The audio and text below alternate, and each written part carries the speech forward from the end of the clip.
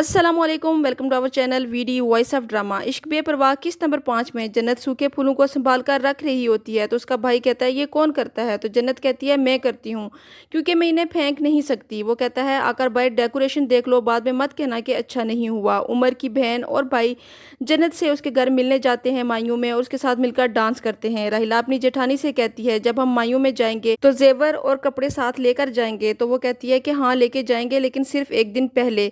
राहिला पुराना जोड़ा देकर कहती है कि हाँ सेट होकर तो अच्छा लग रहा है, लेकिन जेवर का क्या होगा। तो वो निकाल के देती है कि ये लो सेट और 7 चूड़ियां भी। तो राहिला कहती है कि चूड़ियां भी। तो कहती है हाँ किरण नहीं पहनती कि ये हैवी। राहिला इस बात पर खुश नहीं होती कि किरण का जेवर जन्नत को दिया जाए, लेकिन जेठानी कहती है कि इंसान को अपनी चादर दे के पाँव फैलाने चाहिए। जब हमारे घर के हालात बेहतर होंगे, हमारे पास पैसे आएंगे तो हम जन्नत को जेवर बनवा कर दे देंगे और ये खुशी का मौका है, शादी का घर है। अब मैं तुम्हारा ऐसा उतरा हुआ चेहरा ना देखूं। उमर अपनी फूफी को कहता है जन्नत ने कुछ कपड़े मुझे भेजे थे शादी और वलीमे के, तो ये आप देख लें। तो वो कहती है कि अच्छा उसने मुझे क्यों नहीं बताया, और वैसे भी हम कपड़े तो ले आए सारे खरीद कर और बाद में ये भी बनवा देंगे। उमर वो कपड़े देखता है, उसे नहीं पता चलता कि ये पुराने कपड़े हैं या किरण के कपड़े हैं। तो वो कहता है हाँ ये भी बहुत प्यारे हैं।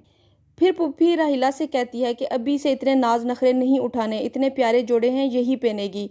दादो जन्नत को समझाती है कि शोर की किसी बात से इख्तलाफ नहीं करना, उसके साथ मुस्कुराना और उसका दुख दर्द भी अपने अंदर महसूस करना। भाई और बाप मुहाफिज होते हैं और शादी के बाद शोर मुहाफिज होते हैं। उमर तुम्हारा मुहाफिज होगा। अपना दुख दर्द एक तरफ रखकर उसकी हर बात सर झुका कर सुनना। शोर सर का ताज होता है, मिजाजी खुदा होता है, उसकी खूब खिदमत करना, वो बहुत खुश होगा। और घर वालों को भी इज्जत और प्यार देना। समझ रही हो ना बेटा। तो जन्नत कहती है कि जी हाँ दादो। उमर जन्नत को कॉल करके कहता है तुम मुझसे शर्मा रही हो। वो कहती है नहीं। तो कहता है जब से तुम मुझसे मिली हो मुझे ऐसा लगता है मुझे दुनिया में ही जन्नत मिल गई है। उसकी मेहंदी का फंक्शन स्टार्ट होता है, धूमधाम से होता है। दोनों फैमिलीज आपस में बहुत खुश होती हैं। कोई पड़ोसी बिरयानी लेकर आता है और जन्नत को देता है तो दादी फौरन ले लेती है और जन्नत को कहती है कि तुम गैर लड़के को क्यों देख रही हो, मायूं बैठी हो, बाप और भाई के अलावा किसी के सामने आई तो रूप नहीं चढ़ेगा। उमर जन्नत को कहता है मैं तुम्हें वीडियो कॉल करता हूँ। तो जन्नत कहती है नहीं दादो ने मना किया है, अब्बू और भाई के अलावा किसी और को चेहरा दिखाया तो रूप नहीं आएगा। वो जन्नत के लिए रिंग खरीदने जाता है। वापसी पर उसकी गाड़ी पर नामालूम अफराद फायरिंग करके उसका मोबाइल और वॉलेट छीन लेते हैं। उसके छोटे भाई को इतला मिलती है तो वो फौरन अस्पताल पहुंचता है और पूछता है ये कैसे हुआ। तो वो कहता है घर में किसी को पता नहीं चलना चाहिए, गोली बस छू कर गुजरी है। फूफी अम्मी की बेटी पर उसका शोहर हाथ उठाता है और वो बहुत परेशान होती है। राहिला मशवरा देती है कि उसे कहें कि पुलिस के पास जाए, आपने सारे पैसे भी उम्र को दे दिए उसकी शादी के लिए, वरना आप उसकी कोई मदद कर देती। तो वो जवाब देती है वो भी तो मेरी औलाद है।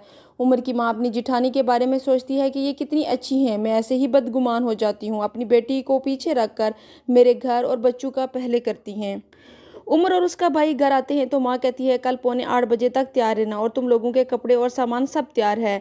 उमर उनको रिंग दिखाता है जो वो जन्नत के लिए खरीदता है। सबको रिंग बहुत पसंद आती है और वो बहुत खुश होते हैं। सुल्तान की माँ रो रही होती है और शोर से कहती है मुझे भी साथ ले जाए, मैं अपने बेटे से मिलना चाहती हूँ। तो वो कहता है तुम उसे भी परेशान करोगी। तो वो कहती है परेशान तो मैं उन लोगों को करूंगी जिन्होंने मेरे बेटे का ये हाल किया है, और उस फूफी को तो मैं कभी माफ नहीं करूंगी।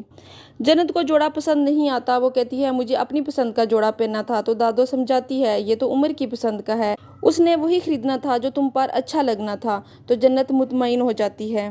उमर का छोटा भाई उसके लिए परेशान होता है और कहता है कि ये सब कैसे हो गया, मुझे आपकी तकलीफ बर्दाश्त नहीं हो रही, अगर कहीं और गोली लग जाती तो। उमर जवाब देता है कि मैंने अपना वॉलेट और मोबाइल तो दे दिया था, लेकिन वो जन्नत की रिंग मांग रहे थे तो मुझे गुस्सा आया और रजिस्ट कर दिया तो उसने गोली मार दी।